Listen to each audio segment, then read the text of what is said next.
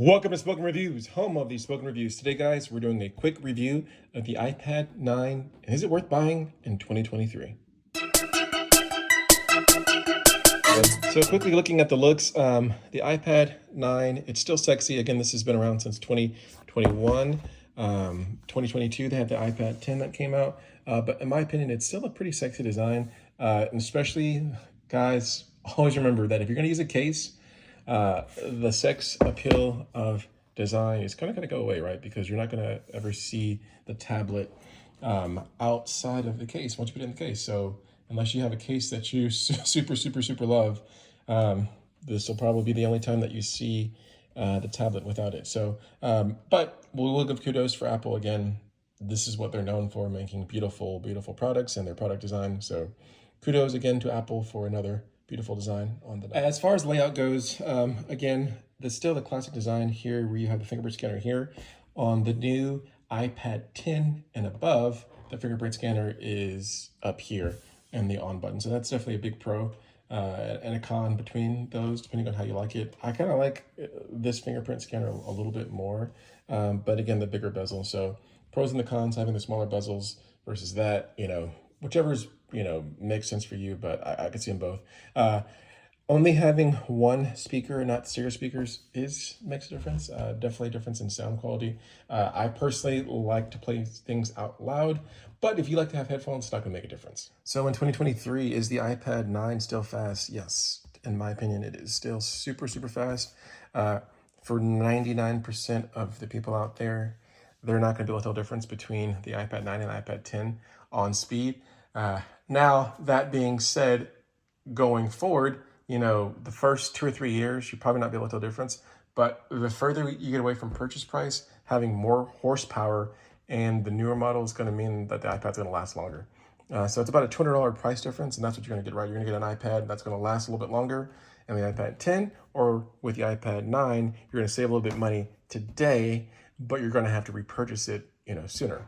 That being said, if you're just using it for YouTube, watching YouTube, and checking your bank accounts and things like that, emails, things that you'd want to do on your phone typically, but it's a little bit nice to have a bigger screen, you're not going to tell a difference, right? So that's what you're going to be doing it for. Maybe playing a couple little games. By all means, go ahead and go with the 9 because you're going to save money. It's going to be a win. Everything in the tablet, in my opinion, it's pretty smooth. Again, the 9, this design's been around since the 8.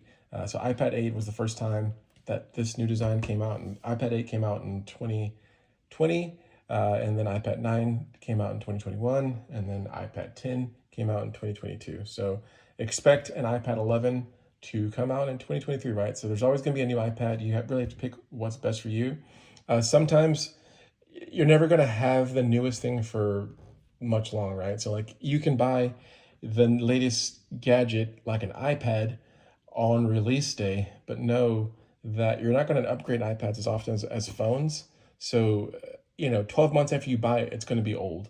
So that being said, sometimes it makes sense to get the older device because you're going to save some money, and you can, use that money towards like upgrading your phone, which is probably more relevant, having like the latest and greatest cell phone, because you're going to use your phone more often than your iPad, depending on your use case, right? But having like a better and smarter and faster phone probably makes more sense for most people than to have the newest iPad, right? So unless, you got, finances like that and you want to have the latest and greatest of everything, the newest phone and newest tablet, by all means, if that's what you want to do that. But if you have to pick between the two, pick, investing in a better phone than the iPad, of course, just because it's just going to make more sense in the long run. You're going to get more fun out of it by doing it like that. So I would definitely recommend people do that. But again, I like the 9. I highly recommend the 9 for anyone who isn't, unless you're trying to replace a computer. If you're trying to replace a computer,